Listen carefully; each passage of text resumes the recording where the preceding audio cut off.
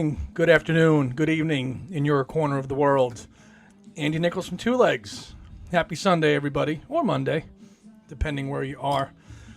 Jay, Marty, Tony, good morning. Hey, guys, summer is here. Summer is here. And in my corner of the world, it's been freaking boiling for days. Music sound gear, hello, hello. What's cooking, everybody? What's new in the world of Muzak, Paul? Tour craziness, ticket snafus. Boy, are those ticket snafus. That's all I'm seeing on Facebook are these horror stories about the pricing and getting bumped out of queues and all kinds of crazy stuff. Good morning. Hey, Mike. Good morning. Crazy stories about people who couldn't get tickets. Anybody on here early on going to any shows? I don't know if anybody caught Beatley Tone's live stream, a marathon live stream the other night, Friday night. He graciously asked me on. Yep, Beatley Tone. That was a great chat. Nice of him. He didn't even take a break. He didn't even have to go to the bathroom. Hi, Ralph. But I talked about I'll recap it again today on our own channel here.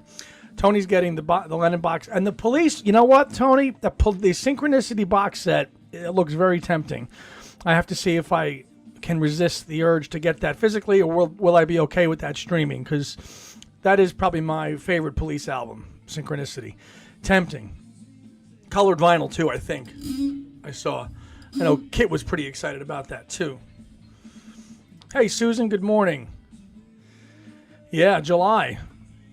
The Police, Synchronicity. Good band, The Police. I never got a chance to see them when they did that one-off reunion tour in 2007, I think, and I did not get a chance to see them then. I wish I had. Yeah. Rascals with a box set, too. Very cool. Little Steven, who is he is the big advocate for the Rascals, isn't he? You know, he's big part of why they got in, and I love his adoration for that band. So, went to a little bit of a record show in my neck of the woods yesterday, and I never know what I could expect when I go to record shows because I'm so picky now about what I want to get because I've got just about everything I want to get. There's a couple of holy grail items that I still need to get, like the Run Devil Run 7-inch box and the All the Best promotional box. Those are like holy grail I still need. So I'm very picky and choosy now when I go to records, when I buy something. It's either a new vinyl or something that I just don't have. So surprisingly enough, there was a chap who had it was a nice vendor. It's a good record show. And he had, now I've had a copy of this record for probably 15 years, but it's sealed. So I've never opened it. But he had a copy of it opened, not badly priced, and I said, well, of all the records I've spun, I've never been able to spin this record, so let me get it. I saw it. It was a good price. It was like 25% off, and now, for the first time ever in my music collecting life, I was able to spin Tripping the Live Fantastic on vinyl, which I've had, and now I can keep it sealed. And I know Wings Over America is the gold standard, but, and it is. And I especially want hand clapping, but I have a certain affinity for this record, this live record, because the Beatles songs were fresh for the first time. It was a big deal, and the energy and the excitement. I mean, I wore the hell out of this double CD. I think everybody did back in the day. But now I can actually spin it on vinyl. Hey, there's David. So it's just so great to hear Beatles songs for the first time, or relatively for the first time new. So, I mean, obviously some had been sprinkled in between the Wings tours of 76 and 79, but things like Eleanor Rigby and Things We Said Today, and Can't Buy Me Love, the freshness and rawness of hearing those live. I mean, I wore that CD out, and to have it on vinyl now is pretty cool, and I was a happy surprise. That's the kind of collecting where I'm up to now. I really have to, if I don't have it or I have a need, because now I can keep my other one sealed, which I was never going to open anyway. David thinks he's got to pony up bids for Memory Muscle and Driving. Yeah. The guy actually had a copy of Kisses on the Bottom there, too, for $125. And, of course, he was trying to sell me on everything. He's like, you got that? You got that? I'm like, yeah, I got it. Nice guy though. Nice guy, but you don't expect too many harder to find Paul items when you go to a traditional record show. I mean, at least in my experience, I haven't. And this guy yesterday had some good stuff. A lot of promotional 45s and record store day 45s and things like that. So it was a good collection. And I also grabbed a vinyl copy, which of course I have digitally, but if I can get it here, dummy. The vinyl copy, the first one, of Cold Cuts. The old school one of Cold Cuts. Yeah. And he had this as well too. So just to have it for collector's sake, I got it. I played it. I do have, very super thin. And this vinyl is crazy super thin. You know, this is 1990. This is the end of like vinyl becoming the norm, really, even though it was still pressed in limited quantities. I mean, you had, but it was just the mass produced, but it was very thin and not heavyweight vinyl like it is now, 180 gram, 140 gram, all the different weights now. But yeah, I have the Highlights album too. Ted, hello Ted. 2005 tour was his favorite Paul show. Wish that tour was out. No new live album since 2009. No. I often thought if he did a box set of like all of his live stuff together, like, put it all together from everything from the beginning to the end and combine it all into some kind of mega live set of everything. I don't know how that would look. Rarities. I mean, we've talked about the Soundcheck album, but if there was some compilation of Paul solo, Paul with his current band that he's been with for 23 years, and everything else in some kind of live package, highlighting all the eras. Steve, hello Steve, good morning. Cool, I picked up two tripping vinyls and a CD set the day they went on sale. My unopened tripping vinyl worth anything, or just to me sentimentally? Good morning, Andy. Steve Sanderson, good man, good to see you. I haven't checked. It's probably worth maybe $100, maybe more. Because he's played with so many awesome musicians, and I feel now that so much the passage of time with that lineup of 89, 90, it would be nice to give those guys a little bit of a showcase. Wick, well, not Wicks, obviously, is his musical director and still with him, but Hamish and Robbie McIntosh, and Chris Whitten, and later on Blair Cunningham. And Linda, of course. It would be nice to give those guys that era of Paul, but I mean everything, an all-encompassing live Uber set. That's something that has that I'm sure we would all eat up and enjoy. But in terms of like a new live album, like I don't think we need a brand new live album, because the set has been so static for a little bit. 2013 Barclays Center, I think, in New York was like a real departure set list wise. Between 13 and 17, you had Temporary Secretary cut in there. Listen to what the man said. Those 4 years between 13 and say 17 before Egypt Station, you had some radically new changes into the set list. And that period there, that's when you also had 1985 worked back into the set list, starting with the 12-12-12 benefit. So I think that 4 or 5 year period was the most dynamic Paul set list had changed. Since then, it's kind of been the same. Yeah. That's right. We got the full Amoeba show. David's right, on vinyl and CD. I think on CD too, or was it just vinyl? Yeah. Uber set with the new video done correctly. He means for the 89 to 93 group. I think that's one area that could be tapped and done, encompassing everything. From the first Wings University tour unannounced till the end. That would be some set. How practical it is, I don't know, but I think he should do with like what the Who does, and I think other bands have done that too, where they just drop it when they drop it on their website. You can order directly on there. It maybe the 2 CD was on CD. I'm sure it is. It's up there somewhere. I did listen to it on vinyl. Yeah, Too Many People, getting dusted off for all the Wings fans in 2005. That was really cool how he mashed that up with She Came In Through the Bathroom Window. Good fun with that. Yeah. And in a way, I kind of think of Ram as almost like the first Wings album anyway. Having read the McCartney legacy and all the work that, Denny Seiwell did on it. I mean, I know you had Hugh McCracken and Spinoza on it, but I kind of look at it as like almost the first Wings album, so I could kind of understand why he thinks it's a Wings album, because in a lot of ways it kind of is. Especially, Denny Seiwell, especially his contribution to the McCartney legacy and how long he was working with Paul. Denny Seiwell kind of gets written off in McCartney biographies as like, he was just the first drummer of Wings. He was with him for a long time, man. From 1970 till the summer of 73. And when you think about it, he's probably the longest standing drummer of Wings. I'm trying to do the math here. Jeff Britton was only in there for 7 months. Okay, Joe English was there in 75, but by 77, he was gone. And then, of course, at the end there, Steve Holley joins in 78, and Wings goes. So it's, Denny Seiwell has his place in history. Thank you. Thank you, man. Incredible. I still can't believe it that I got in. And I have to give so much thanks and just appreciation to Joan Borelli and Heidi the MVP, because those two were the ones that made it happen to do that. And without their information and support, this wouldn't be happening. And we're going with Susan and Jim Ryan. So James got 2 tickets for Paul's first London show. Where at, James?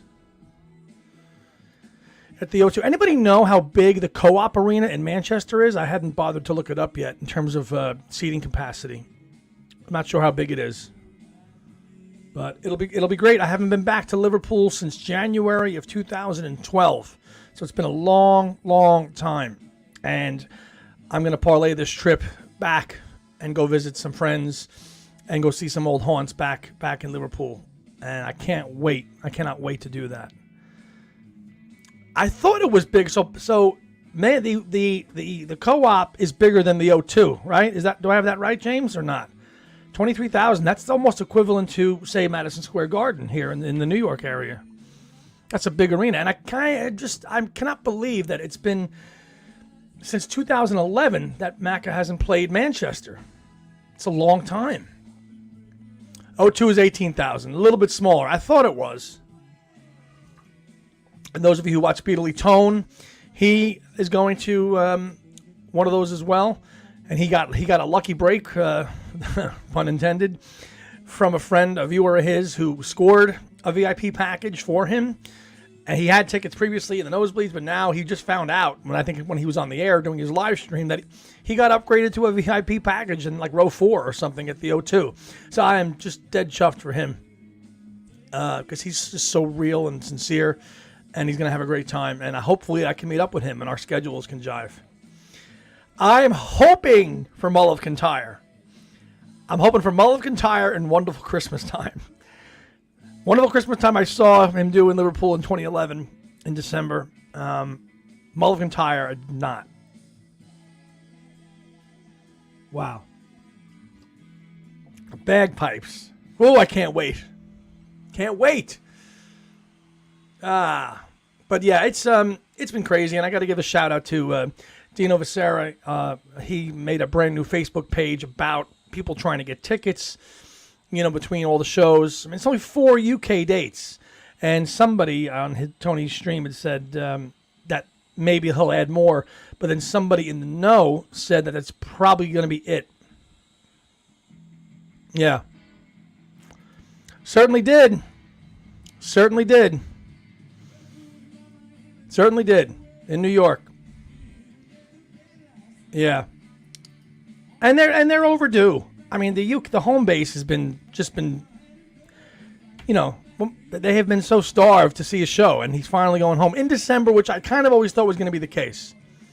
I thought that was going to be the case. He was going to go back in December, as he's wanting to do, and go do a couple shows and then call it a day for Chrissy. Yeah. Yeah, this will be number 11 show. I've seen this will be 11th and 12th times I've seen Paul, going back to 2002. That was the first time I saw him on the Back in the U.S. Tour.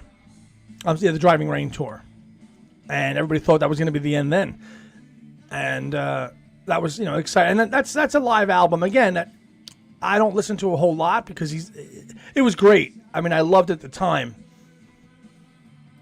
First time out since 2018. Yeah, 2018. Long time to go.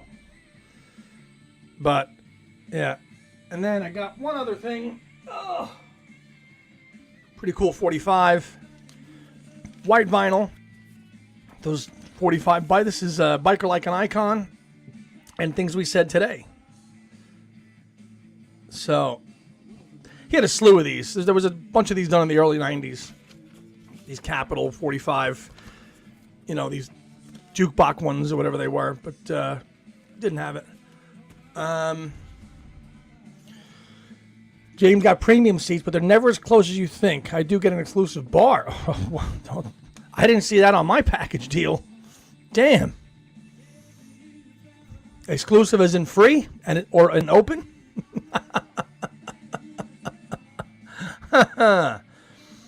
Well, don't they tell you where they are? It says seat guaranteed in row, with row 1 or row 2. It depends on who you book through. Did you go through Event Travel?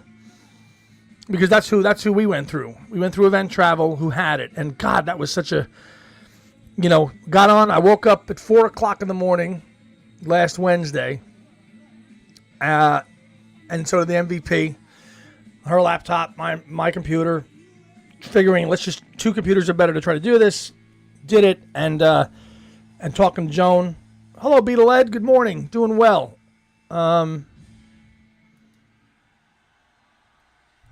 Event Travel was all sold out. I mean, it was 5. You had to sign up. You got an email saying, okay, now it's your turn. You go into Event Travel. It loads. You see your package. You pick it. It loads. It's slow. It would bump you out. I got like 404 server error messages and things like that. Bumped me out. Then I went back in. Oh, quantity available. Yes, 4. Take it. Then to the next page. Then slow. Then bounces you out. Then it took us to a page that said confirmation number. Didn't say that we didn't have to pay yet, but it said, here's your reservation number. Wrote it down quick. I said, okay, we're at least guaranteed something. But it was just slow. Then finally refresh. Keep refreshing the page.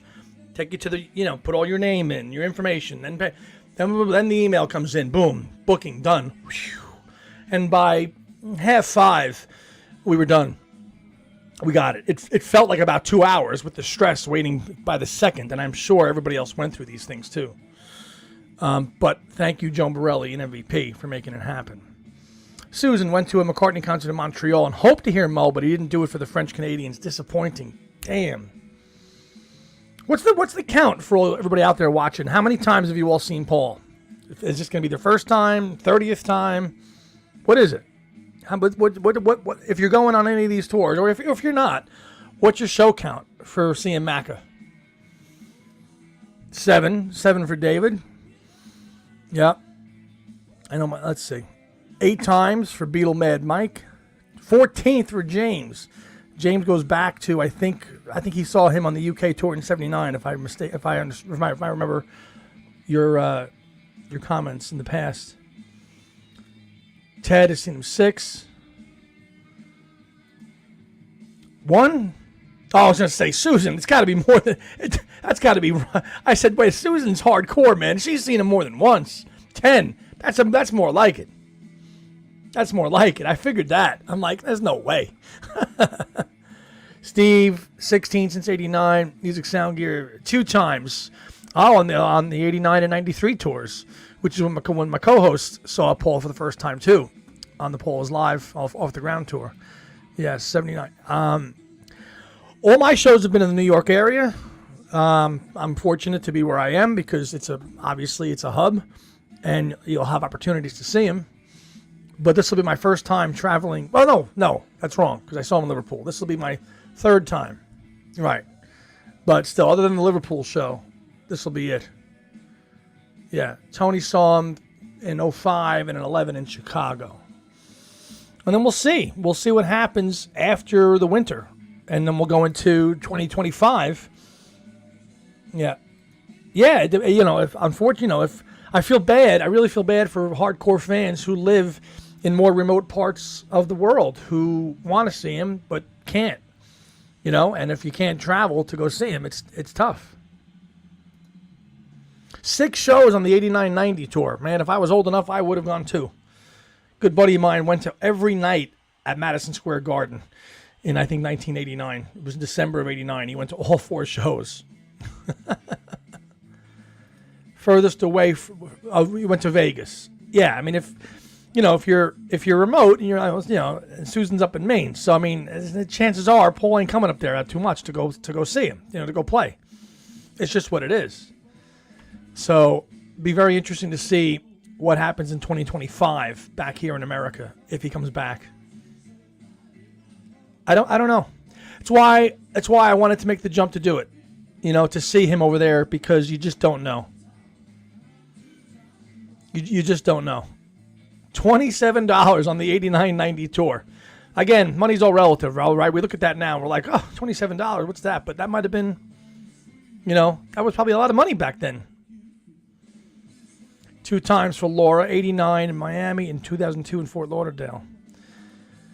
A lot, but not as much as they would be in America. That's all I'll say. For the packages, they're not astronomical to the point where like, oh my God, I need to take out another mortgage to pay for it, because the VIP packages in America are upwards of $2,000 or more.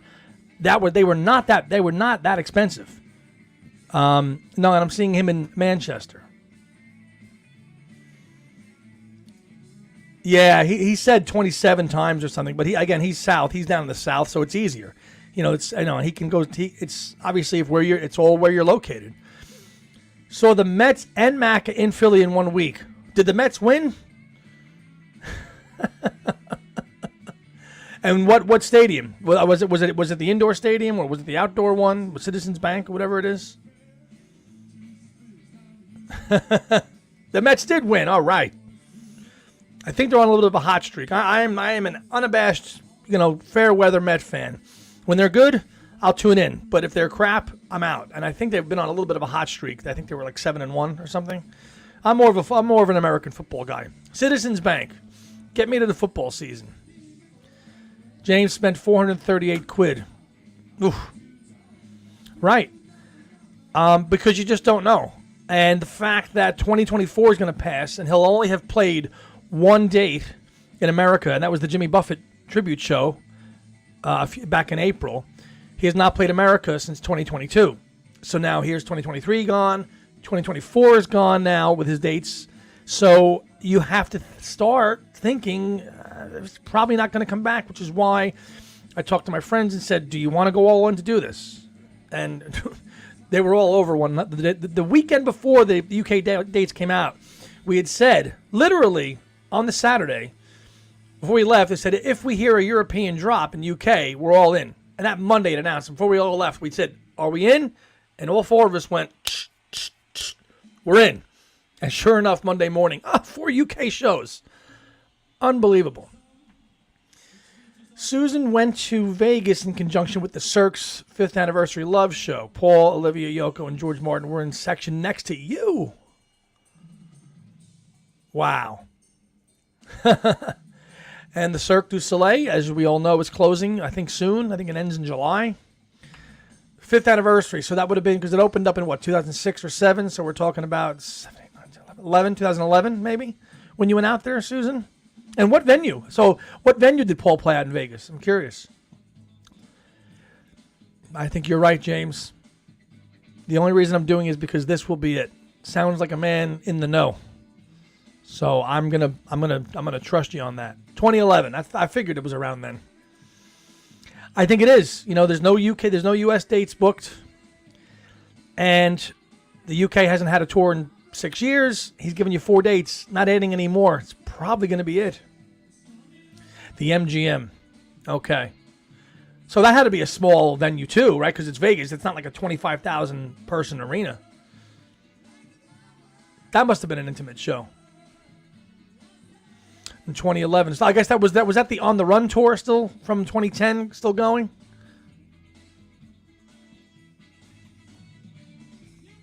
Might have been. And I think that's when he opened up with he teased us with Venus and Mars rock show, but he didn't play the whole thing. And somebody mentioned that, I think, on our live stream a while back. You know, if you're going to do Venus, I think it might have been Kit. I forget what show. I did a guest appearance on Ed Rising's Pop-O-Matic podcast with Tom and Kit and a few other people, and I think that was one of the questions. I think Kit said, play Venus and Mars rock show Jet, the whole thing.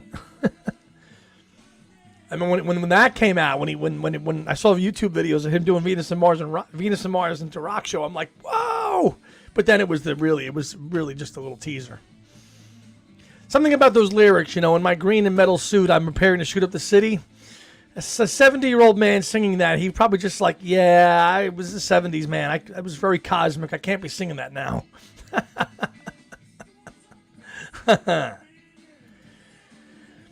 David says, I may not be going, but I can't see him not doing U.S. dates in 25, 26 if he's at his current health. Okay. Now, if he does 6 dates a year, he does 6 dates a year. New York, Chicago, L.A., you know. The days of the 30-date tours are over. You know, you're going to get 7 or 8 shows a year. And if you're lucky, 2 in one location. You know, back to back. Tell me about it. Tell me about it. They really are. Steve says this won't be it for Sir Paul. He's going to pull a Tony Bennett and keep going and going and going. I hope he does. I hope he does. He's not going to announce it, though. He's not going to say, oh, this is it. We talked about that on a previous show. He's just not going to do it. Monkberry Moon Delight. I don't think there was ever a chance of him ever doing that, you know, despite maybe the band prodding him to do it. Do Monkberry Moon Delight, Paul. I don't think it was going to happen. The whole, you scoring out, it was never, I'm just not going to sing that line, and just cuts it out. And just, I'm not going to say that line at all. But 2013 at the Barclays Center, I remember him, he did Lovely Rita, and I was like, holy crap, he's playing Lovely Rita? You know, things like that. The first time I heard Whistle, I think it was 2017 at the Prudential Center in Newark. He did Listen to What the Man Said. First time I had ever heard that. I was like, yes, finally. But he didn't play it on, I was hoping he would play it on piano like he did with Wings, but he played it on the bass. But it was early in the show. Yeah.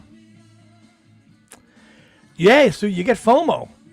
You get FOMO, right, Susan? You're like, ugh. June of 2022 seems like 10 years ago. It really does. You know, that's, you know, you could tie it into and all sorts of anniversaries. I have a question I was going to ask you guys. Do you think with these shows that he actually that Now and Then has been out, do you see a possibility of him playing Now and Then in his set list the kind of way he did with I've Got a Feeling?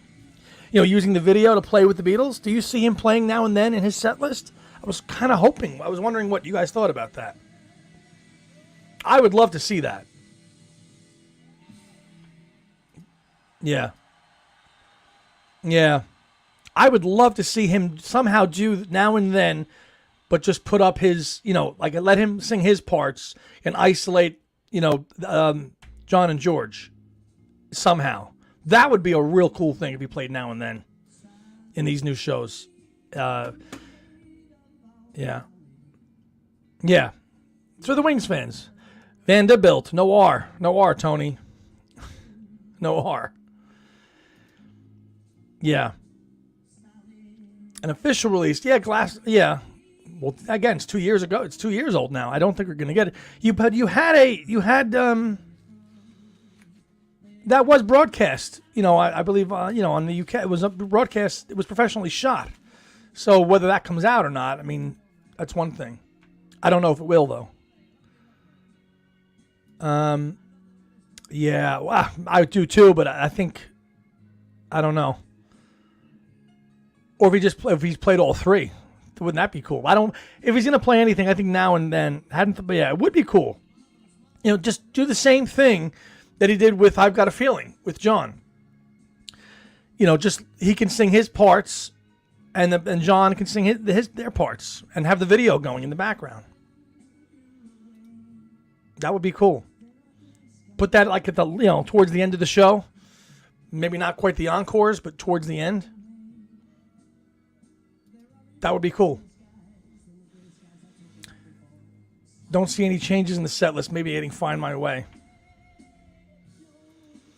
I don't know into Now and Then. Yeah.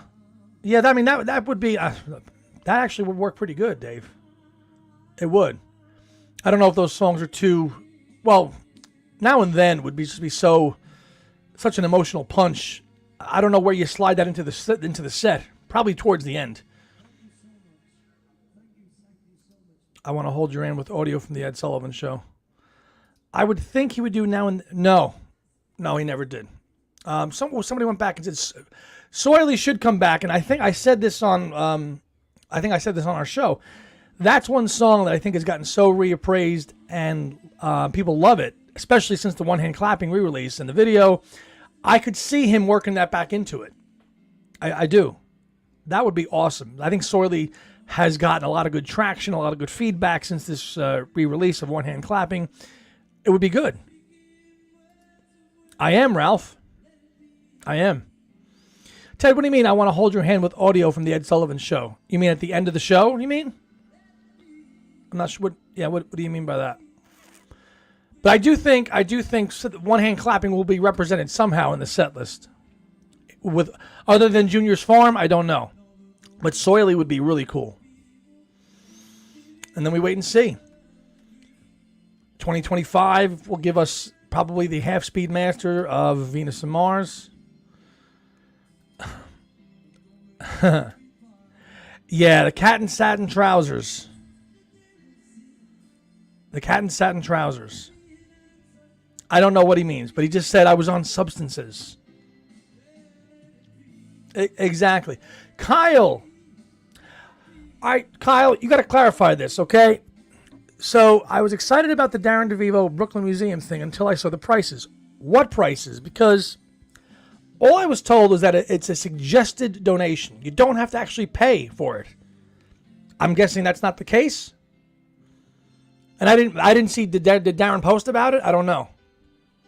Right, Serge, he might have a record out by then too. So maybe we get a song or two from a new album. We know that he was in the Abbey Road Canteen the other day. Anybody see that picture of him drinking his Coca-Cola and eating food in the Abbey Road Canteen last week?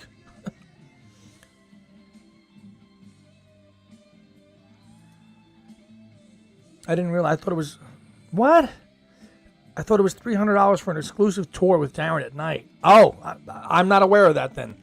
I just, I was informed that you can go. It's just a suggested donation if you want to see the museum, the Paul's Pictures, obviously, which had the exhibition in London last year. It's now at the Brooklyn Museum here in New York. Through Darren, he means Darren DeVivo of Things We Said Today and WFUV. I didn't realize that was a thing. Kyle, can you tell us a little more about what this is or where you saw it? I didn't see Darren. I'm friends with Darren on social media. I didn't see anything promoting this or talking about it. I don't know. We'll see. Yeah, I mean, you shouldn't have to pay $300 to go see the exhibit. That's crazy. No way. He certainly does. He certainly does. I know radio show needs donations, but I am just not the demo for that. Oh, maybe it was through FUV. Okay, maybe it was an FUV thing. Maybe. So if you wanted to go there and do that, maybe. Well, yeah, that's yeah. I'm not paying $300 either. For I bought the book. I don't need to see it in a museum for $300. But I would like to go, and at some point before it closes, I will do that.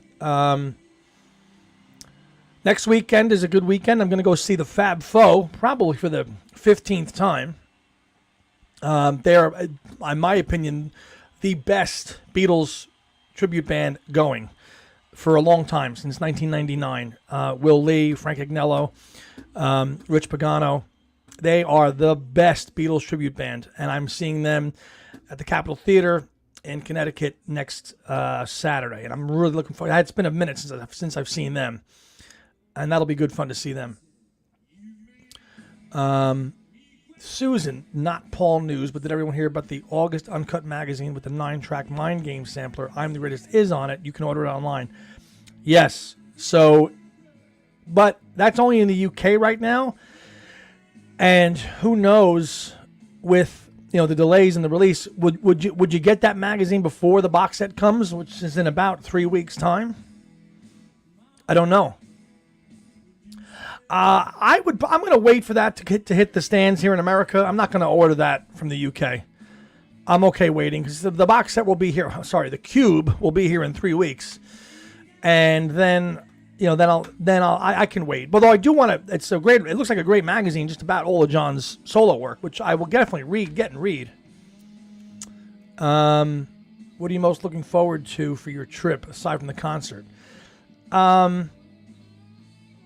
Seeing old friends, going to the Cavern pub and the club, but the pub was my hangout after classes, and seeing those guys, and I've already messaged them and I told them I'm coming over. Spent many a night there after class and got to see Alan Williams, who liked his red wine. Alan Williams was a fixture at the Cavern pub, and hung out with him many a night there. Just walking around. Liverpool won. Just driving around, seeing what's changed, since then. Steve says going to head up to see the in-laws and the Paul photo thingy in there. Elliot says the Mind Game Super Deluxe Edition was pushed back. Oh, don't tell me that. I haven't gotten any emails about the Cube being delayed. Oh. Now, was that just the... I haven't... Somebody give me the link on that. Show me the documentation. Because I have not gotten any email about it. And now Ted's saying the Cube is back online, limited to 1,100 again. Oh, it was these mind games. They're being played with, boy.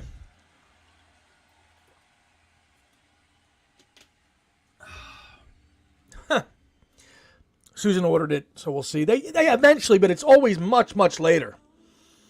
If it's an August issue, it might come, it might not be here till the end of all. It's always delayed when you get a UK magazine here. Might be worth it, we'll see. Mr. Prowse. Mr. Prowse, I don't think I know. Again, it's been a while. Maybe if I saw him, but not by name, no. Hold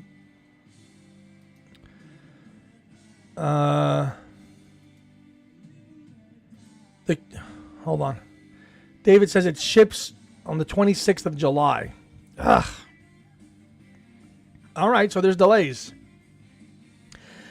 Actually, that's not a bad thing for me. I wish it was coming on the 13th, but the fact that it's a little bit delayed to the end of July, that's actually a good thing.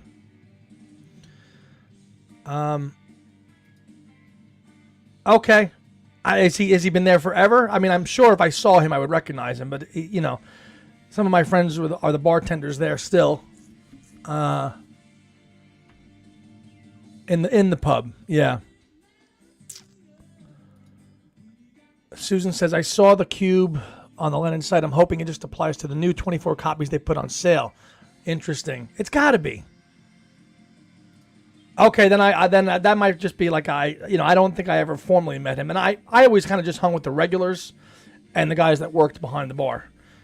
There used to be a guy who would play every Tuesday night. I think he still plays there actually. Paul Kappa, the amazing Kappa band. He's got a good band. I think he still plays there. I forget what night he played there, but his band was pretty rocking and good. Yeah, the amazing Kappa band. Always played at the pub. Brad, you'll never guess who I'm seeing tonight in concert. Unfortunately, not Paul, but still iconic. Donny Osmond. How old's he now? Enjoy the concert, Brad. Huh. Julia, I bought the Mind Games. I bought the magazine online. The total price was $19.85. I bought it for collecting purposes since I have the Mind Games Deluxe CD and the vinyl set on pre-order. Okay, $20 shipped is not bad for a magazine. But it looks good, and you're getting a CD with 9 tracks on it. Might be worth it now. See, we have conflicting reports here now. Ted says, I think that's for new orders. It says pre-orders. Ah, come on. I haven't either, Ted. I have not said, oh, this has been delayed.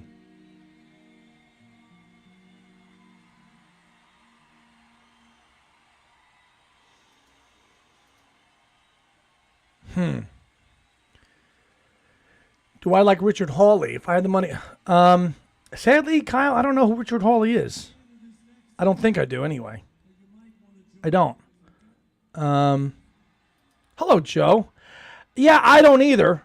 I don't either. If it takes a little while longer, it's actually not a horrible thing for me. But we'll see. Julia says, never even knew Tripping the Live was ever available on vinyl, full concert version. Thanks for showing us. Bought one now just on eBay for $138. So I think Steve asked that question, how much is it worth? I had said about $100. I don't know, was it sealed or not? Was it sealed? Was it open? That sounds about right. I bought mine on eBay probably like around 2008 for about $60, and it was sealed. And that's all I had until I found this open copy at a record store.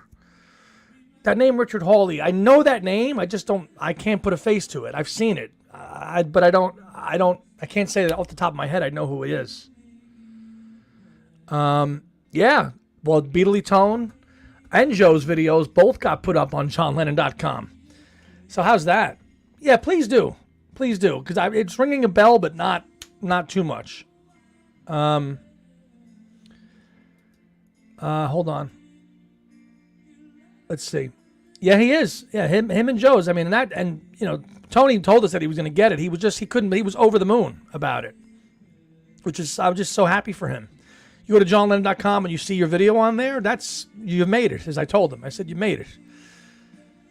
Maybe one day we can get the same thing for Paul with our page. Maybe. We're not there yet. We're working on it, though. We're working on it. Oh, let me go back. The comments are just flooding in here. Hold on. Why doesn't Paul say he'll play New York and the New York area? Well, he hasn't announced it yet. He did add last week a couple of Mexico City dates, two more dates after that. 2025 is a while off still. Ralph, I went to the photo exhibit. I went to the photo exhibit in Brooklyn and it cost $30 if you're not a Brooklyn Museum member. Okay, that's reasonable. I had heard suggested donation. Ralph saying it's $30. That's fair. Maybe we'll go there and we'll do a live show from the Brooklyn Museum. Yeah. Tony, Paul needs to reissue Tripping and Off the Ground so collectors can get them. Well, yeah, I mean, you saw somebody just went on eBay and got a copy for $138. So, yeah, Julia just went and got it. It's super thin vinyl, though. I mean, if you're not willing to spend, even if so that's a triple record set. Even if it came out and it was reissued, it's probably going to be close to $100. Kyle got into Richard Hawley because he came out with a compilation called Now Then, right before Now and Then came out. Ha ha ha. Interesting. Sealed. Okay, that's a good price, Julia.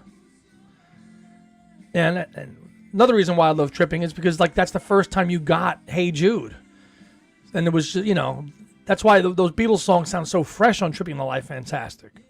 I gotta catch up with the comments here. Hold on. Let's see. Brad, Donnie Osmond's 66. His first intro to him was a cartoon as a Saturday morning when he was a kid. All right, so he's a little younger than I thought he would be. Okay. I didn't hear an interview with Chris Whitten on Sirius. We have been trying to get him on Two Legs. Give me details. I know that the interview with Jeff Britton and Tom Frangione went out the other day. I still have to listen to that. I'll have to listen to that on demand on Sirius. Nice to see that Jeff is making some promotional rounds and tours, and we owe a big debt of gratitude to Adrian Sinclair for a lot of that, because he was the one who kind of visited him and got his take on things. So Chris, there's a Chris Britton interview and the Jeff Britton interview. Perhaps not your cup of tea. Maybe not. Mind Games Deluxe ships July 12th, according to the Lennon website. Beetle Eddie, do you think his new album will be out at the time he tours? Yes, I do. Yeah, I do. And if it comes out in the fall, we're right around 4 years from the drop of McCartney 3. 4 years. Wow. James Boyce, it wasn't awful, but not my thing. He's referring to Richard Hawley. Okay. Susan, did anyone listen to the Jeff Britton interview on Sirius? I thought he might be bitter, but he didn't seem to me. Well, because you get to that point. You get to that point, and you're like, well, why hold the grudge? It's kind of what I feel about Paul. I'm sure you saw the Pete Best's pitch to Paul to open for him. I say, Paul, why not? Just let him do it. Let him do it. These guys are in their 80s. Pete's moved on. I think that would be cool. I think that would be so cool to do. I don't think it's probably going to happen, but live and let live. What's done is done. Pete Best made his peace with it. He's lived with it his whole life. Him and Rogue have done a really nice job of talking, of kind of keeping the Liverpool Beatles history alive. From what Tony was telling me, and I knew about that when I was there, because you can go to the Casbah, and the Pete Best presence of the Liverpool era of the Beatles is very alive and well, and it's even stronger now. So I think it would be so cool to see the Pete Best band open up for Paul, but it's probably not going to happen. They are all still living, which is crazy. Jeff Britton and Joe English. So Joe English, the American, and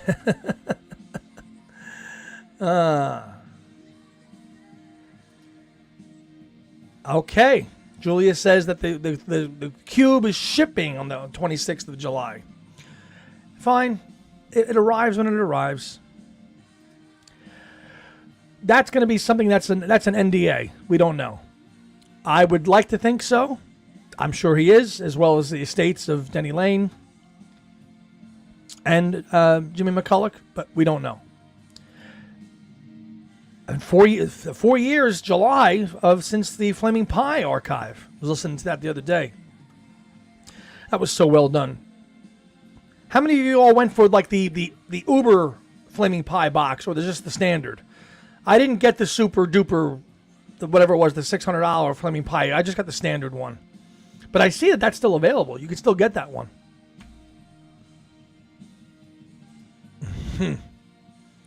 They're the complete opposite of Spinal Tap. Remake of that being done too, I think. Hold on. I think Pete embarrasses himself. Let it go, Pete. Listen, the man has lived with it his whole life. I think he's dealt with it the best he can. Elliot just purchased Ringo's February Sky. Oh, the red vinyl. Only 500 pressed, and you got one of them? Good on you, mate. I know Tom got one of those, too. I think from Amoeba. Great question, Kyle. I have. I emailed him a few months back and was interested in seeing if he'd want to come on, because his page and his channel is probably the best Beatles video YouTube channel I think I've ever seen.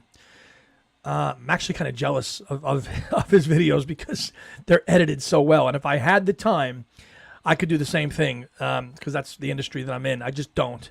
And I love his retro look to his videos, his fonts, his transitions. His videos and his content are probably one of the best things I've seen since YouTube became a thing. And he said he was too busy, but I hope that he takes this up one day, because he's just a great guy, and he's so knowledgeable. The Uber box, and it's fantastic. You did get now. What was the differences? Probably just extra paraphernalia. Like what were the differences? Now I'm trying to remember between the Uber flaming pie and the regular flaming pie. But it's still available. James says, I prefer Adrian Sinclair's title, One Hand Crapping Myself. Why? Why? All right, so the cover stinks, but the music rocks. The music rocks. Russ, looking forward to Volume 2 and all the news stories and info. Britain's time was short, but apparently, yes. Yeah, I mean, the Nashville chapter is going to be probably the best to read. And I have to say, too, and I know that Luca Perazzi and I exchanged tweets, or whatever they're called now on X. For years, I always kind of lumped the one-hand clapping in with the Nashville period. Not realizing that, oh no, one-hand clapping was a separate project done when they got back to England after the summer of Nashville. But the McCartney history timeline keeps these two periods so close together when you look at the songs they did and what was done. So you kind of just lumped it all together. And I, for years, was just, one-hand clapping. That's the Wings Nashville period. And no, it's not. It's not. It was done shortly after that, but it was a totally separate project with a film, with David Litchfield and all that stuff. But for years, I was like, and Luca Perazzi, who is one of the best authors out there too, he said he made the same mistake. It's funny how history does that with timelines. It really does. Kyle, if you could have only one style of Paul for the rest of his career, what would it be? Ooh. One style. Well, I like them all, though. Is it that you gave me your answer, Paul, or... I don't know. I would have to say the rocking Paul. The Rickenbacker bass playing Paul from the iconic Wings days. The Jet, the Let Me Roll It, Silly Love Songs, Paul, Soily. I would say that. That's the kind of... But that's what it would be now. Susan, I think or hope the revised shipping date is just for the newly allocated cubes. I haven't received... No. I have not either, Susan, and I'm sticking with you, girl. I don't care what that site says. I don't have an email saying it's delayed. I'm still expecting it when it comes, but if it doesn't, it doesn't. The suggestive Paul. So what do you mean, like lyrics like Bodygun and Polygon? The Paul who wants to just try to be a little bit of a bad boy? Elliot. Yeah, man, my partner does too. It's one of the first things that he got, I think. And he's very proud of it, as he should be. Ted, the Flaming Pie. The only difference is the 6 beautiful lithographs of Paul Linda and the record by Allen Ginsberg, which is that the Ballad of the Skeletons, which I cannot stand. So that's kind of why I was like, I don't need to get extra photographs and a song I really don't like for $600 when the standard Flaming Pie box will be enough for me. For me. Well, Jimmy McCulloch was a young hotshot, he was in his 20s. He was a guitarist for Thunderclap Newman with their song Something in the Air. He was very young at the time. I think he did that song when he was like 16 or something, or 17 in 1969. So he was very, very young. So, of course, Matt, a 20-year-old something guy, he's all fired up. Yes, I'll take that too, Joe. I'll take Waterfalls, Paul. I would.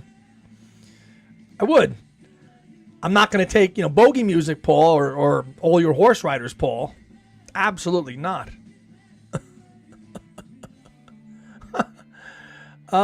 Happy birthday to the one and only Ken Michaels. Happy birthday, Ken, of Talk More Talk and Ken Michaels Radio. Happy birthday, mate. Many more. Fireman Project. Yeah, it's been a hot minute since one was done. Yeah, why not? That would be cool. Do you know if Adrian Sinclair is going to a Manchester tour? We could. I have not talked to Adrian since the whole ticket snafu thing. Good idea, James. That would be great to try to meet up with him over there. I know that he's coming over to America in the fall to launch the book, like they did with Volume 1. They did that at the Grammy Museum in Newark in the fall of 22, and that's when I met them in person for the first time. The Grammy Museum in Newark no longer exists, so I don't know where the launch will be. If I had to guess, it'll be somewhere, it might be somewhere else. I think they wanted to do it in New York City proper. It might be at the Morrison Art Gallery, which is where Ken Womack launched his book on Mal Evans. So maybe with that connection, they do it there. And that was a good time. I don't know where it'll be, but wherever it'll be, I'll definitely see them there. I'll see them there for that, for sure. And if he's over there, I would definitely go meet up with him. That would be fantastic. Really? You, Owen. We defer to you. It's got to be Owen Ling. Owen Ling, everybody. Give him. If you don't know Owen, check his work out. Culture Sonar. He's all over the place. He writes some really great articles and hot takes and controversial takes that get people talking and talking and talking and keep on talking. Owen, if there's one thing, you made me reevaluate Extra Texture. And I really like the record a lot more than I ever did because you said it was your favorite. And Owen, of course, who wrote the book, George Harrison in the 70s, which is a great book. Go check that out. I'd reach for it, but it's not within striking distance, but get it. And if anything, that's it. But Owen, I'd have to say it's you. Rocking Paul. The bad boy. The big boys bickering bad boy? The give Ireland back to the Irish bad boy? What? How much money can I bribe you to give Beatley Tone's phone number? Why? Why?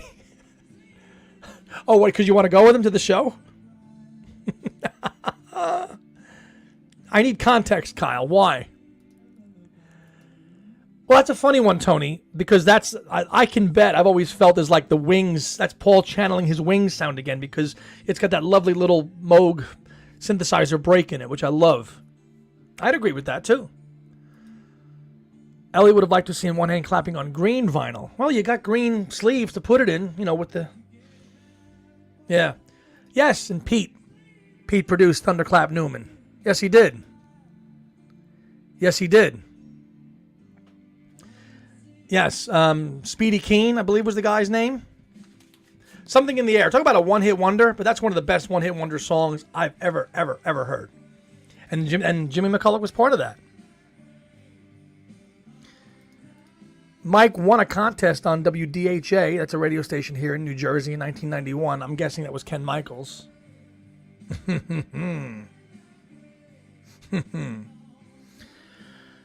No. This is in regarding to Kyle's question. No. Not that version of Paul. Kyle's question was, if there's one version of Paul, one genre of Paul you'd want to have forever, what is it? And it would not be the experimental Paul. As much as I enjoy it, but I wouldn't want that to be the sole one. Rocking Paul is what I need. Greetings from... That's right. I saw Steve. We saw Steve that night. And I think I saw Steve at another night, too. When Ken Womack did his presentation on the book. You came to that, too, as I remember it. Cloud 9 is George's second best. Yeah. It is. After All Things Must Pass, I'm guessing, Joe, right? 5 CDs, but said, you get the vinyl etching, too, on the regular one, I think. Whimsical Paul. I'm a sucker for that, too, though, Lynette. I would agree with you. That's a tough one. I love Whimsical Paul. I'll give you a ring. Tough one. Yep. Owen's been on all the outlets. Rock Show Jet Intro Paul. The I'm Down Helter Skelter Paul. Russ said. Appalling Paul. Huh. Oh, okay. Well, I don't have his number. I just have him on, email and stuff like that. But send him an email. If you want his email, send me a message. I'll give it to you. I don't have his mobile. It's good, But it's and I like it a lot more than I ever did after his defense of it. But I still like 33 and a Third way better. Tom Petty did a great cover of Something in the Air. Yes, he did. David, anything by Paul that doesn't produce another... Oh, please, please, please, with the For You. Stop. Stop. That song's got to go. Got to go. Brad, how many songs has Paul written since he recorded I Can't Write Another Song? Well, you're talking like circa 1980 with that one. Officially, you'd have to count them all up on the CD. Disco Paul, that's 2 songs. Susan says, see, Kyle, you asked a good question, mate. I like the big bombastic ballad Paul best. So like The Only Love Remains Paul and things like that. But the great thing about him is that he's great at all styles. Yes, he is. Yes, he is. Yeah. Hello, MVP. Good morning. Yeah, Let's Love. Yeah, which I think Kyle told me that. Yeah, Kyle said Let's Love is his favorite song on One Hand Clapping, which I was mildly surprised to hear him say that. Okay.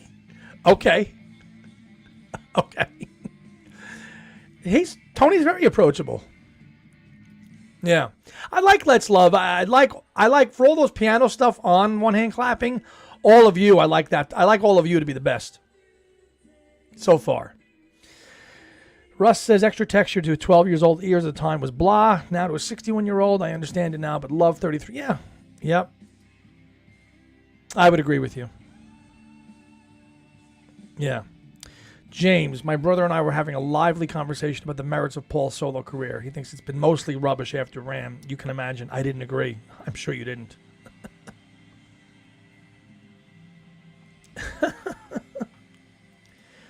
Nothing for Free.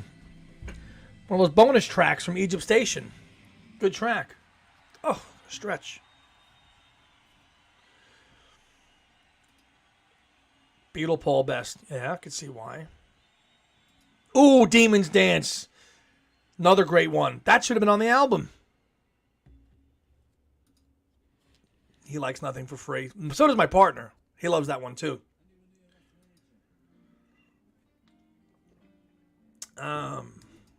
Brad, I do love every version of Paul, but I do love Rockin' Paul. When people tell me that John was the rocker of the Beatles, I know they're unfamiliar with their solo catalogs. Yeah. Maybe. They both could rock.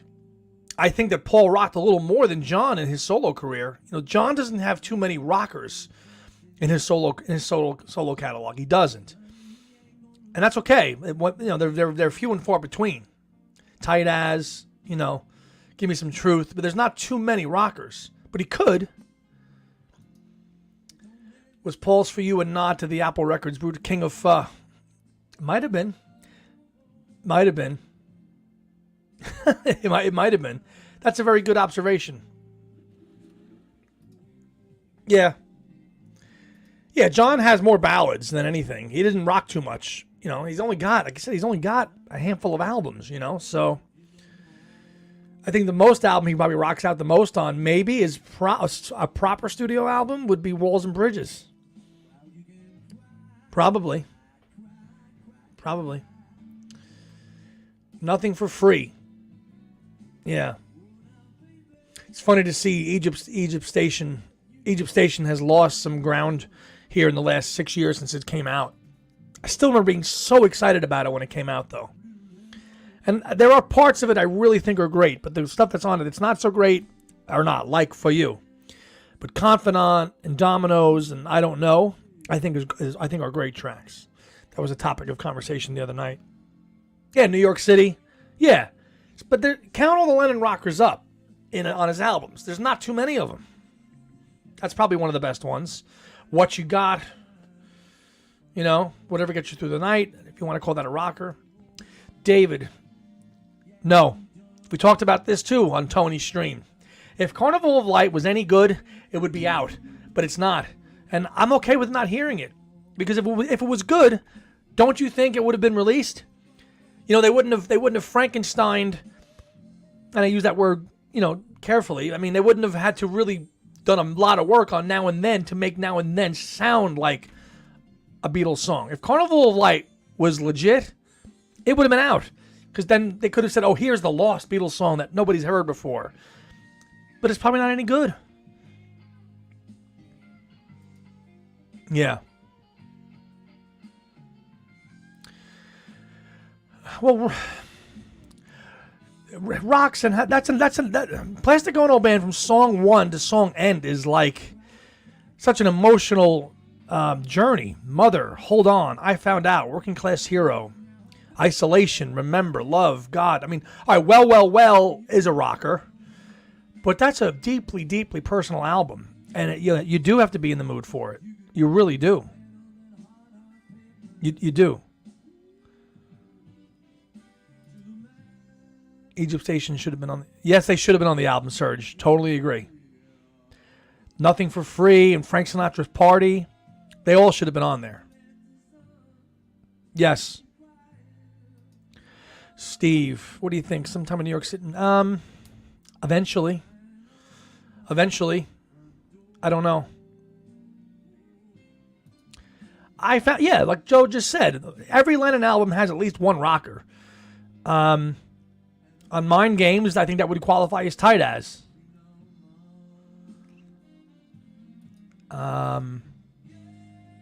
David, it's a complete period piece. Yeah, exactly. Beatle Ed, 25th of July is Billy Joel's last show at the Garden. Do you think Paul will show up at that as well as Elton John? Probably not. Probably not. But you never know. You know, I think the last Play at Shea thing was obviously the Beatle connection, playing at Shea. I don't think Paul would not upstage Billy's last show at the Garden. You know, that's Billy's record, and I don't think Paul would upstage him. I don't. I'm sure Billy would welcome him, but I don't think so. Meat City 2, yes. That's one of the best rockers of all time. Probably my favorite John rocker, period. That I can't wait to hear. Joe, how does it sound on the, what's your take on the new Meat City? Has that been butchered and destroyed? Like Asimacen and the Woos being taken out? Let me know. Meat City's definitely, that's by far the best Lennon rocker. Elliot, did you know that the first Apple single, Apple One, was The Lady is a Champ by New Jersey's Frank Sinatra, pressed by Ringo as a gift to his wife Maureen? Did not know that.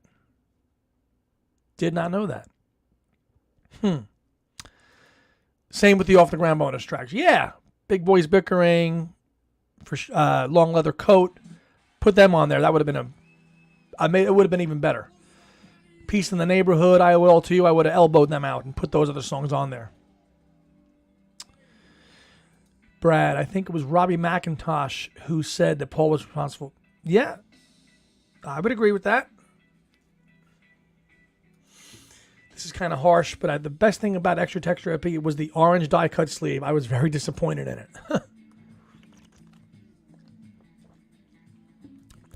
Tony doesn't like Do It Now, or people want... You don't like Do It Now? People want Peace. I could see being a little but Do It Now is a great track. That's another Jim McCartneyism, like Put It There. That got put on the album. I love Do It Now. Do It Now is a highlight, for sure. Ow. Look at it quick. Let me just pull up. Let me just look at the real quick here. I don't know. Yes.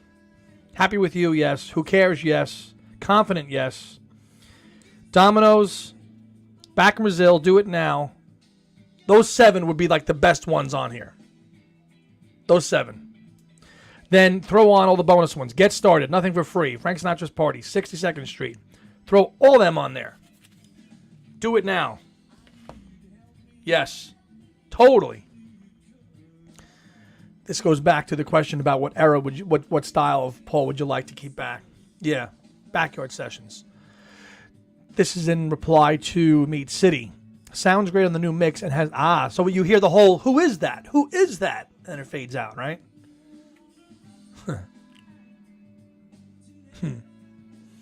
Steve, Joel and Mac are doing Ain't No Crime, Little Woman Love mashup, same piano riff. Yes, David, Do It Now, man. That's one of the best ones. So, yeah, I think the best on Egypt Station is like, and we did a show on this on Two Legs a couple years ago. We had to take McCartney 3 and Egypt Station and make a new album. What would it look like? And we did that a long time ago, probably in 2021, I think. Patrick. Hey, Patrick. How you doing, man? Yeah. Susan loves Dominoes and Do It Now. Yeah. Yep. Frank Sinatra's Party was my favorite on the, yeah. Elliot. Son of Smilson. I got a copy of that last year finally on vinyl. No, I'm sorry. I'm confused. No. Son of Dracula I got. That I got on vinyl. But Son of Smilson I actually like better than I think than Nielsen Smilson.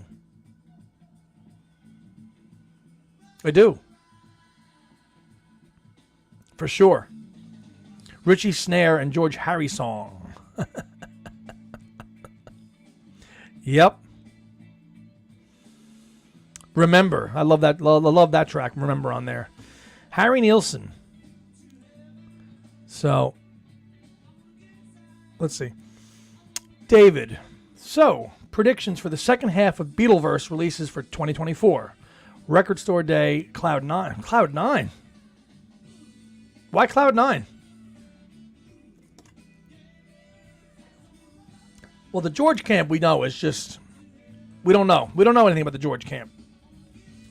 We just know that they've inked the deal. You know, but we don't know. There's been no... Yeah. Oh, Rubber Soul. Yeah, I think Rubber Soul.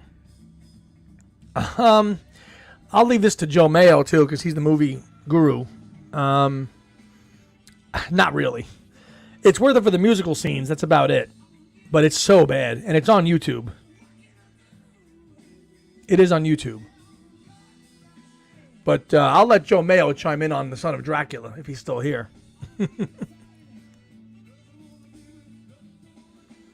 You break... Yeah, exactly. Exactly. Very unpredictable. Beatle Mad Mike. You ever see the movie Candy with Ringo? God-awful movie. I have not seen it. Not into the filming acting stuff with Ringo. Just not. Political Paul, despite repeated... Yeah. Really? Of all the errors of Paul, you'd keep Political Paul. There's only a handful of songs. You're gonna take despite repeated warnings over Give Ireland Back to the Irish? Wow. Interesting. I have to, I got a couple years ago on Amazon the complete recordings of Harry Nielsen. Every RCA, I think it's the RCA box set. And it was like $50. It was so cheap. And that's one I haven't listened to yet. I've made my way through the early Harry stuff and the classic 70s period stuff, but the late 70s period Harry I have not dived into yet. So thank you, Matt, for that recommendation. Yeah. Tony likes Peace in the Neighborhood and I Owe It All to You are favorites of mine. Okay, they're not favorites of mine on Off the Ground. No, you got the demos. That was it. Yeah.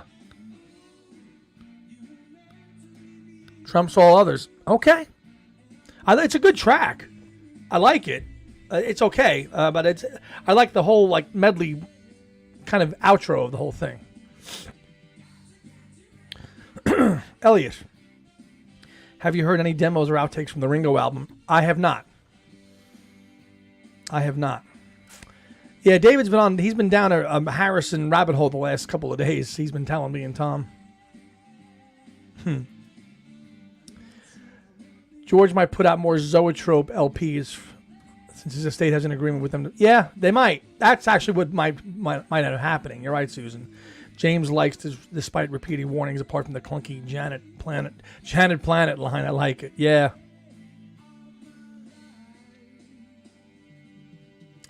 Picking up the Wonderwall DVD so I can rip the non-album songs. My current boot alternate Wonderwall needs upgrading sound quality wise. The damn zoetropes, which you need a phone. You need an app on your phone to play those things, apparently. Maybe as a collectible, I know Tom got one or two of them. Tom got them as well, but you need actually an app on your phone to see them, to see the image spinning. Too much effort. No thanks.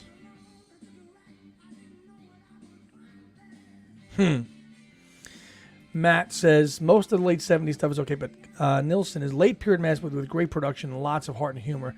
The production reminds me of a Serge Gainsborough or even Beck. All right, I'll listen to that one later today.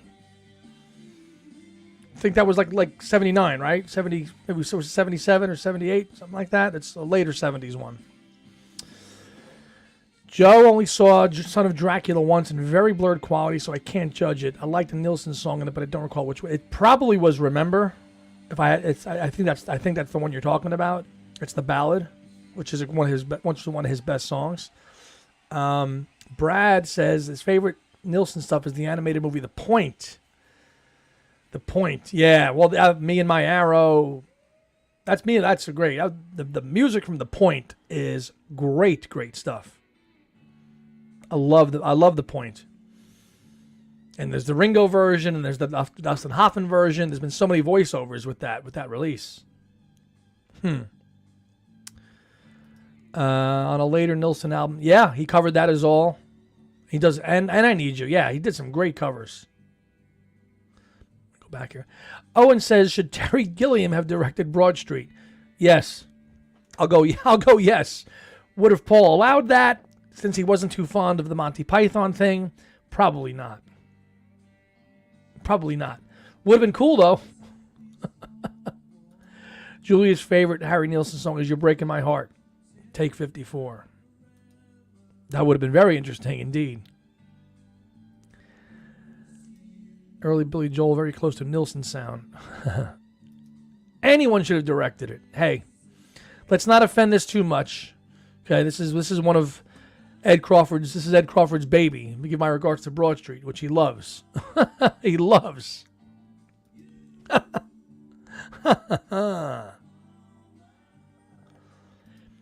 Yeah.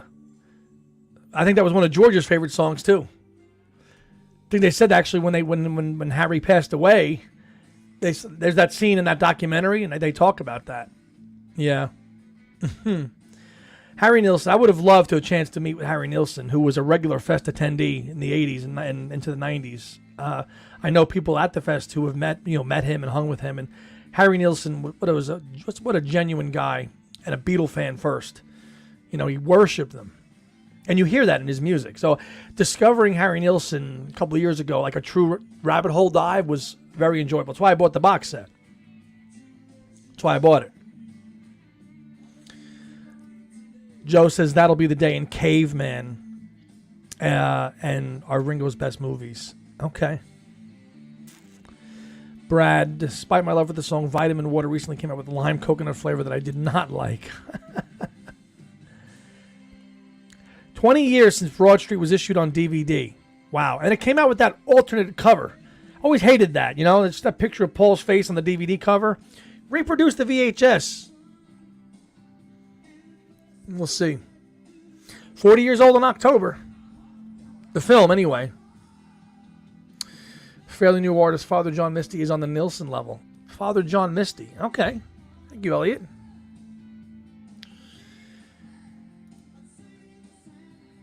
Oh, and do you think an ex-Japanese boy borrows from McCartney's Frozen? Maybe. I don't even think. Listen, I don't think Martin Scorsese could have even. He wouldn't have touched it. But it's so bad it's good, right? Rock and roll movies that are bad have this kind of like cult following anyway, that people end up loving them anyway. So that's what it is. Ringo had great lines in Caveman. Peter Wolf does a great You're Breaking My Heart cover on the Harry tribute comp. Okay. Yeah, just what's sad what happened to his voice. He just let his voice go. Especially the early Harry, the Harry that the Beatles discovered. The whimsical Harry, all the early stuff, the 1941 and Cuddly Toy, the bubbly, poppy Harry, that changed in the 70s. And I like the early Nilsson stuff, but my favorite period of Harry is the early 70s, from like 71 to 74. Pussycats, although that's a tough record because vocally he was just shot. Blind Man is just as interesting to see as Ringo as a bad guy. Probably. And that band, that band with Broad Street. So bad, it's good. Yep. Wonderful. Well, we'll see. We'll see if Give My Regards to Broad Street gets a eventually a half-speed remaster in 2034. I doubt it. Yeah, at least with Caveman, he met his future wife Barbara. Yep.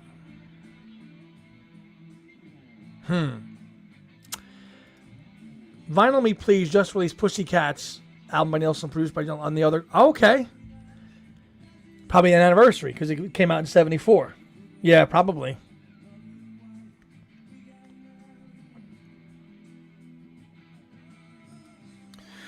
When I saw Caveman in the cinema upon release, attendees were given a sheet of paper with Caveman speak terminology. All I remember is Zug Zug.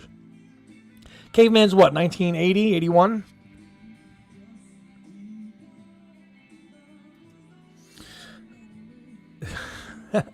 Paul will include No More Lonely Nights in his tour to celebrate the anniversary. No. Absolutely not. I think Ed Crawford would have a stroke.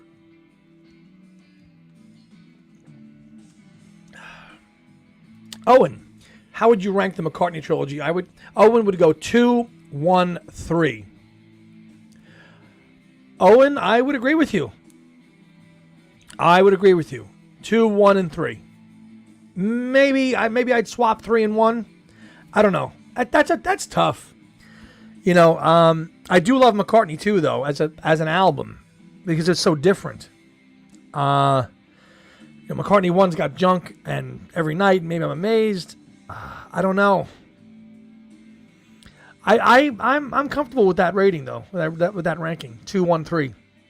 I have no problem with that. I think that's because it's just so different. Brad, my favorite Ringo acting outside of A Hard Day's Night was the Ringo television special. Oh, from 78. Not necessarily a work of art, but lots of fun in a dual role. Yeah. Steve, where are the 60th anniversary big screen screenings of A Hard Day's Night happening? I don't see anything anywhere. List opportunities. Is that even a thing? Ooh. My ranking for the McCartney series is his ranking for The Godfather. Yeah, there you go. 2, 1, 3. Exactly. Although I like Godfather 3 as a film. You can't compare it to 1 or 2, but I do like it. I mean, there's just so many iconic lines in that, Just when I thought I was out, they pull me back in. And Connie becomes like, the boss, basically. Wanting everybody whacked. I got to rewatch The Godfather again. It's been a minute. All 3 of them. That's one of those films, once it's on, you're just on. Well, my favorite character probably in the whole thing, though, is Frankie Five Angels in 2. Michael! He's got me waiting in a lobby! I love Frankie Five Angels. I'm going to turn this into a movie chat now. No, that's Joe's and Tom's territory. I'm not going into movies. We're sticking to Paul. Susan goes 1, McCartney 1, McCartney 3, McCartney 2. Okay. Russ, Groans in the Theater. Broad Street Band would be great to hear live, yep.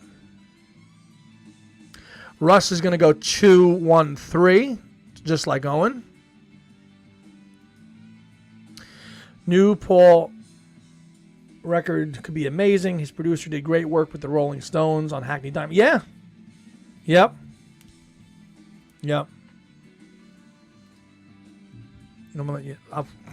Easily. Ralph says, I agree. Susan, 1, 3, 2. Okay. Watch the trilogy on 4K. Yeah. That's a great. Fear me? Maybe they should fear you. As he walks away from her. Nobody makes an order like that. Not while I'm alive. It's not what I wanted. I'm going to be thinking about The Godfather all day now. 1, 2, 3. Okay. If you had to nominate an album as McCartney's most overrated, what would it be? I nominate Flaming Pie. Most overrated? Why, Owen? Most overrated Paul album. Oh, that's a tough one.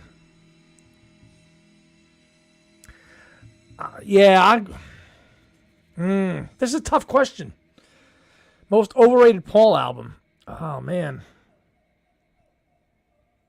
I got to think about that one. Yeah, I know you do. You're good at that. I got to think about that for a minute. Yeah, I see it popping up here. I think I got to, and I love this album. I just listened to it. We just had 35th anniversary, but maybe it is Flowers in the Dirt. I hate to say it. Probably if I had to pick any album, I'd say Flowers in the Dirt. Yeah. It's very impossible to answer. Damn. Tough. The easy answer is Band on the Run. Thinking of them, yes, it does. It does. Why you gotta do that, Owen? It did, but I think that the safest answer, as much as it kills me to say it, it's got to be Flowers in the Dirt. It would not be Flaming Pie. Hey, partner. Yes, we just hit a little over 2,000 subs. Hello, partner. Overrated Paul. It's got to be the safe answer. The only answer I could think of is Flowers in the Dirt.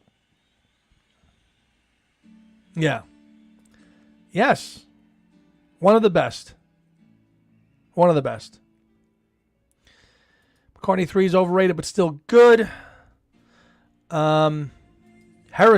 It is heresy. Catch up on the comments here. No. Off the Ground, the complete works is better than Flowers. I would agree with that. Wow, this is an easy one. Underrated. I'll agree with that. London Town. Yep. Definitely.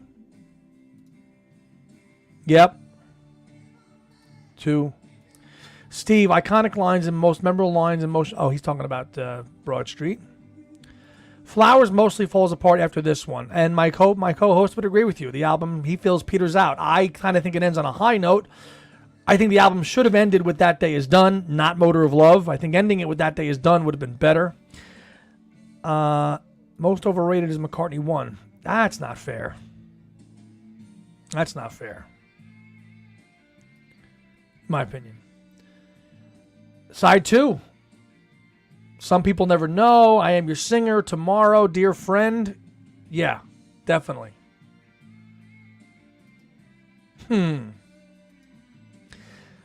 London will be the late period Ram reissued. Yeah. That album, it's gotten, we'll see. But the reappraisal. But I think London Town's a safe bet as most underrated. I would say that or Red Rose Speedway. Or Red Rose Speedway. Matt says London Town was the first McCartney record he purchased with his... Yeah. And you have those memories. If that's like your first album... Like, that's why Flowers in the Dirt for me was a tough one to say, most overrated, because that was my first new Paul album. I was 8. So I have an emotional, sentimental connection to it because it was like new Paul. And I'm like, oh, this is great. But having reconsidered everything, yeah. Kyle threw a dagger with saying Band on the Run. But you can't say Band on the Run, though, Kyle, can you? You can't. How can you say Band on the Run's overrated? You just can't. See you, Steve. Mama. Good afternoon. The other MVP. Susan says most underrated is Press to Play. Yeah. I don't think any of these albums could be reappraised like that. We were talking about that the other night. Move Over Busker and Talk More Talk. It would. Underrated Tug of War. Band on the Run is overexposed. That's the problem. It's been bled to death. Archive reissues, 25th anniversary reissue, underdubbed, one hand clapping. Like, this is all the Band on the Run period. So we are good on the Band on the Run period of releases. We've got it. We've got everything under the sun we could get from Band on the Run, squeezing us out of it. What do we go to next? Where do we go next? James. London Town's folky vibe and easygoing charm is the advantage, not its weakness. Agree. Stronger record to Flowers. Yep. Hey, Mr. Canadian Stub Muffin. Hey, Larry. I really enjoyed all your McCartney album rankings. I'm a huge fan of Red Rose, and the medley is superb. I remember you saying that when we had you on, because you weren't on for a little while. We were off the McCartney train for a long, long time. I remember that when we had that on, when we had you on our show. Brad, my first new Paul album was Tug of War. It doesn't have that quite nostalgic pull for me, pun intended. Elliot, I remember going record shopping in Greenwich Village back in the day and purchasing London Town weeks before it came out. Me too. Not London Town, but I purchased many records in Greenwich Village back in the day. Serge says, agree, Susan, press to play keeps getting better. Agreed. Of course, they all have a few gems. After the CD was invented, a lot of artists made albums that were too long. Yeah, because they could, and they did that. Matt. Andy, have you and Tom done a deep dive into the Back to the Egg episode? Maybe not in my era. If David's still on, he would know. I mean, we ranked the tracks. We did a ranking the track episodes on it. But I don't think we've done just a regular episode on Back to the Egg. We might have. I don't think so. David would know.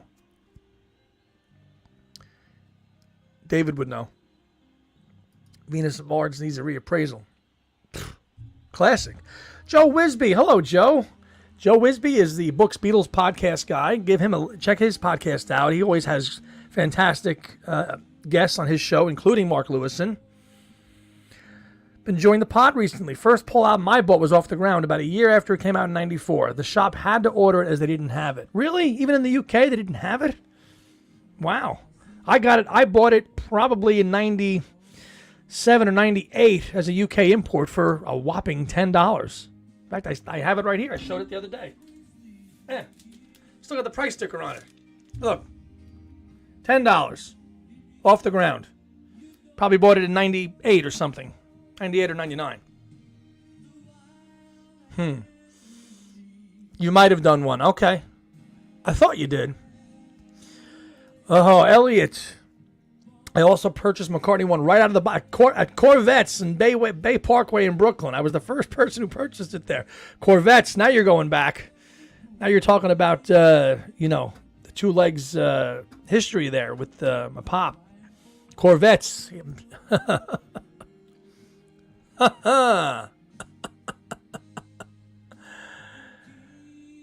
The shop said Paul wasn't a current artist. Come on. In 94? Bollocks to that. Yes, Jack. Bob Dylan's set list has been changed up. He totally switched it up. The rough and rowdy stuff. Yep. Yes, you did. Favorite Wings lineup? Probably the 71 to 73 lineup. The Wildlife, Wings Over Europe, Red Rose Speedway lineup. Given the reappraisal that lineup has gotten, I think that band, that's my favorite. That's definitely my favorite Wings lineup for sure. Yep. Hello, Darren. Thanks for being here. Yes, Joe Wisby, are you going to any shows? And if so, which ones? I have so many great memories of buying Band on the Run. Kmart. Oh. Corvettes. Wow. Most underrated Wildlife? Yeah, kind of. Wildlife gets a lot of love, as it should. That reissue that it got in 2018 was fantastic. You had the whole... I enjoyed the second disc, all the rough mixes of Wildlife, better than the actual proper album. Susan. I think if Paul ever puts out the missing archive editions of the albums up to Flaming Pie, they'll all get favorable evaluation, especially with the added tracks. Of course they would. I see Tony clarified for us. Steven, I thought we talked about it. Stephen Schnee was on to talk about Back to the Egg. I thought we did that. I thought so.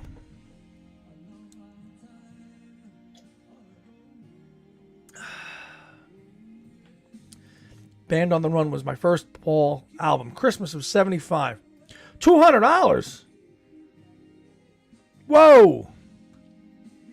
Yeah, I saw Kisses on the Bottom for $125 yesterday. And I think I got that for $30 when it came out. New. In 2012. On Amazon. Maybe $40. It's amazing to see the price of vinyl. That's not even that old. Like vinyl that was pressed in 2010, 9, 8. Fetching for stupid prices. That's crazy. Graham, top 3 favorite McCartney solo album covers. You mean artwork? You mean artwork? I don't know.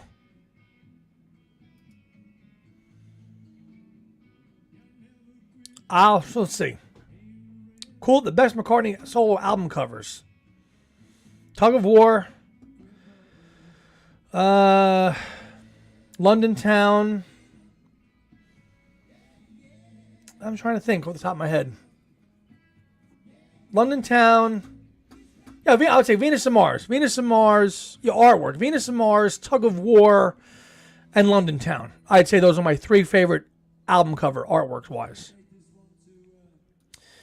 So crazy, I remember where I purchased each of my Beatles solo albums. Also, many purchases at Alexander's and TSS, Times Square stores. Red Rose Speedway was my first Paul album in 72. In fact, it came out in 73. But yeah. Okay. I agree with you. I think New, and I know that our fellow podcaster Ethan Alexanian feels the same way.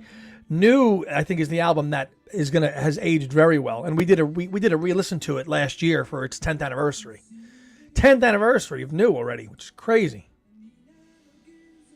I think New has aged very well, especially some of those non-album tracks that went on as bonus. We talked about it earlier in the show. Demon's Dance. Good stuff. Press to Play, worst album cover. Yeah. Well, House of Wax isn't on Press to Play.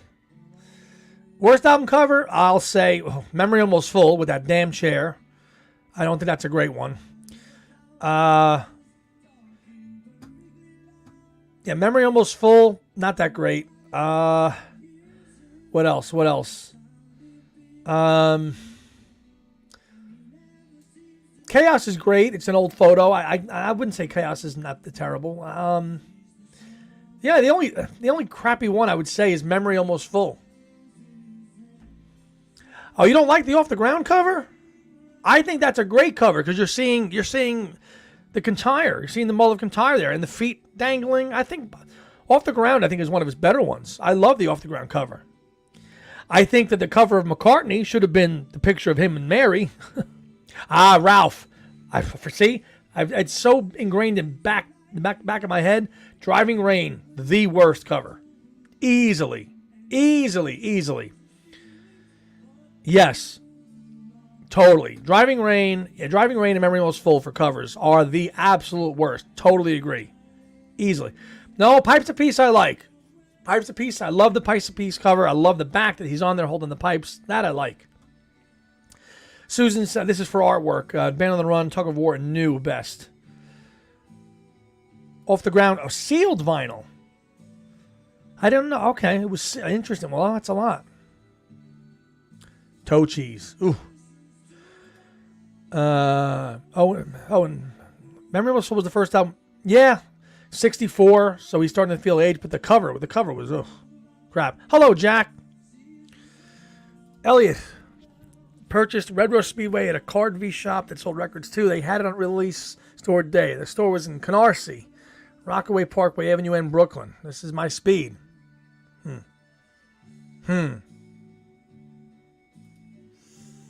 I always look at the nice background.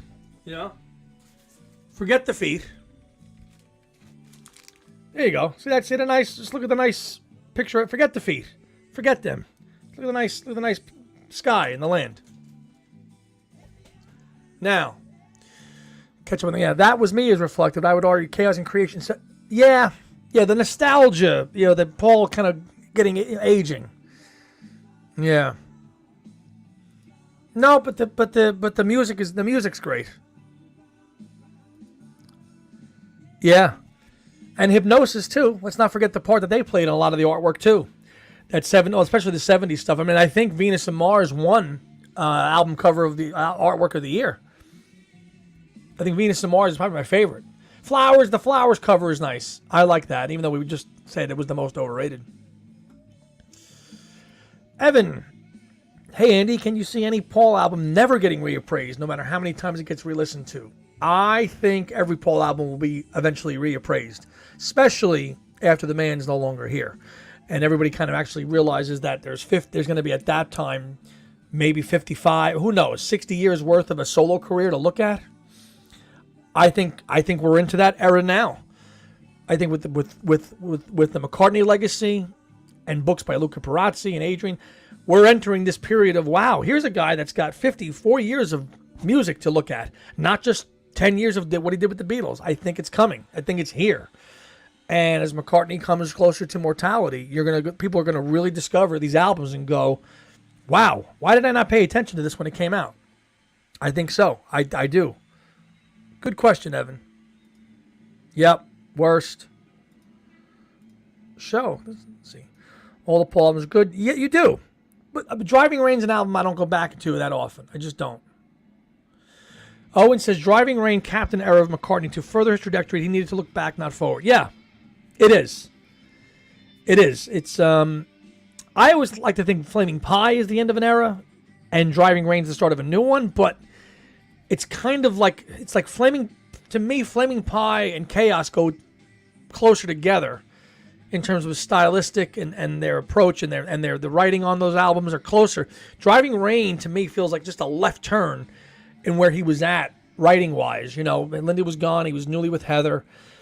To me, I see Flowers and Chaos linked together more than that.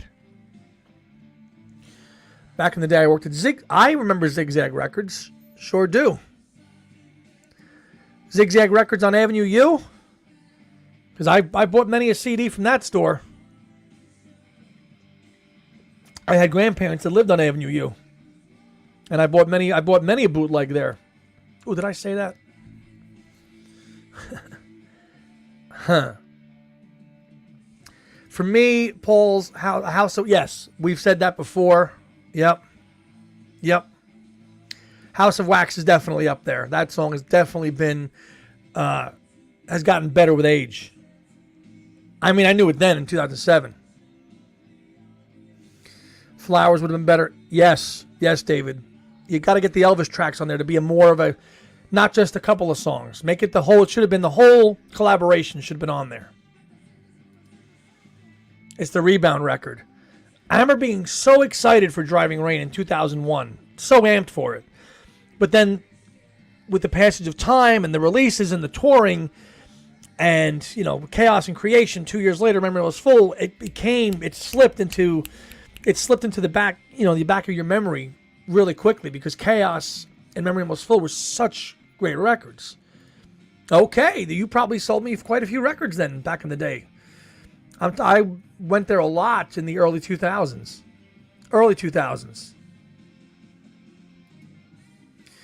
Driving Rain picked up the pieces of a post-Linda world, pulled some 90s late album onto them. Yeah. It's not great. But that's the artwork. That was the artwork floating around in the back. Yep. Late 90s songs. James, Memory Almost Full needs a remix before it's the end of my end. Yes, it does. Those damn loudness wars. The damn loudness wars. Elliot was at Zigzag from 78 to 80. Okay, that was way before my time. I didn't realize it was that old. But when I started going there in the 90s, mid to late 90s, early 2000s, it still had pretty good stuff. What is House of Wax? What is House of Wax about anyway?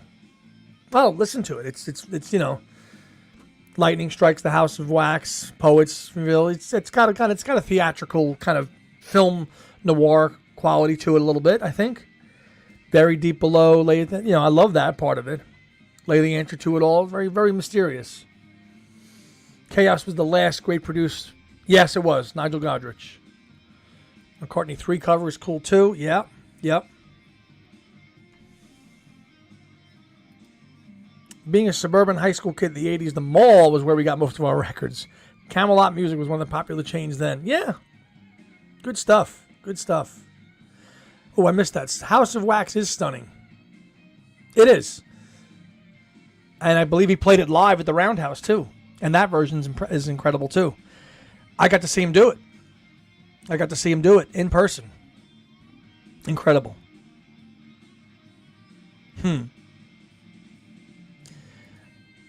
Again, I would have liked if the front cover of McCartney 3 was like the back of him looking older. That would have been a better cover. Owen, I asked Denny Lane if Kenny Jones was invited to Wings. He could neither confirm nor deny, but said it was likely. Could Jones have slotted into the band? Yeah, I do. When I think about Kenny Jones, I think about that iconic photo that, if you've ever seen it, of them at the Buddy Holly week. It was the night before Keith Moon died. You've got a picture of Paul, Linda, Keith Moon, and Kenny Jones sitting next to him. And he died the next day, and he eventually replaced Keith Moon. That's crazy. Crazy. I think Kenny Jones would have been good, a good fit. We know that Roger didn't like him because he just wasn't a good fit for the Who. But I think it would have been fine. Kenny Jones told me that Denny invited him to Wing. Yeah. Wow, that would have been cool. I don't know how you memorize track lists of every McCartney album. A lifetime of listening to them, Julia. a lifetime of listening to them and just knowing them. I can't explain it.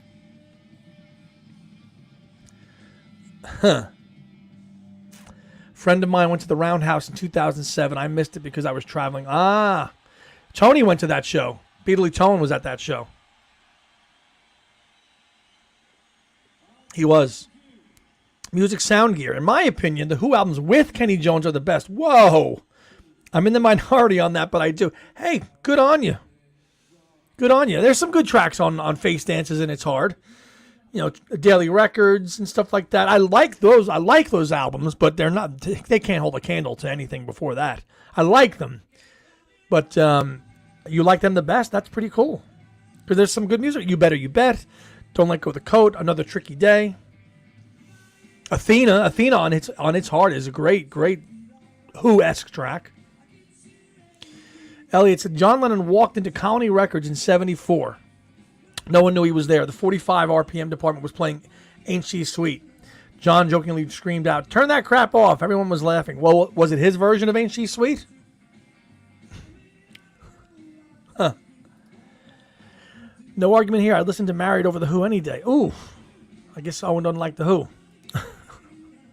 Kenny was a groove drummer, laid down the beat. Moon, he was the opposite. He was the engine that drove the band. Yes. Yeah, Face Dances is good. Yeah, and he played Kenny Jones is on Rockestra. That's right. Much slicker. Julia, my wife does not like House of Wax. We argued almost over it. It's brilliant. She thinks Paul's vocals buried too much. Could be brighter. It is buried too much. Eminence Front. Oh, it was his version of Ain't She Sweet. Okay. Yeah, David, we talked about this at the top of the show. Susan mentioned it. The Uncut magazine, which is out now in the UK, which I can get 9 tracks from the forthcoming Mind Games box set. It's out there now. You can order it from Uncut directly for about $20 or unless you want to wait till it's on sale here in the States.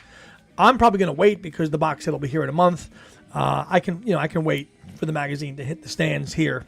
When, I don't know, but we'll see. Oh, he prefers Marriott. Okay. Interesting. Good stuff. I'm trying to catch up on the comments here if I missed any. The Small Faces. Itchy-Coo Park, baby. I love Itchy-Coo. That's one of the best 60s pop singles of all time. Best. Acquisitions, Dr. Steve. Love the Small Faces, but they're writing. No, it can't. All right. Small Faces, Ogden album, bloody amazing. So. All right, gang. I think I'm going to call it a day. It's been almost crazy enough, almost 2 hours. It's almost 1:30 here on the East Coast. So I didn't think I'd be on this long, but crazy. I'm going to wrap it up here. So if anybody has anything else they want to throw in the comments, I'm going to wrap it up. I interviewed Kenny to celebrate the 50th anniversary. Okay. Debbie. Hello, Debbie. She's always out there. I was at the Buddy Holly birthday party in Roseland. Paul played with the Crickets. They performed Rave On. Oh, wow. You've been around, man. You've seen some legendary stuff. Wow. Cool. The Beatles. Oh, maybe. But I figure I'm gonna sign off, everybody. So enjoy your Sunday or your Monday, depending on where you are. James, I'm in the UK probably for 5 or 6 days. I'll let you know my timetable as we get closer. But 5 or 6 days I'll be in the UK for. So I might be but you're the best. Thank you, Owen. Thank you for gracing us with your presence today and your wonderful thought-provoking questions. Always. You always know how to kind of get people talking, which I enjoy. So I try to do this every Sunday about 11:30 Eastern Standard Time. So look for us next time for episode 252 later in the week, and I'll be on next Sunday as well, too. So Matt, Elliot, Ralph, Susan, Patrick, my mom, MVP, James Boyce, everybody in the comments, Elliot, David Jackson, thank you, Matt, Julia, Music Sound Gear, Russ, Beetlemad, Mike 9, Serge, FD Superstar, Ralph, I don't want to forget anybody. I'm trying to get everybody. Tony, thank you. Enjoy your Sunday, and we'll talk to you soon. Peace. Bye.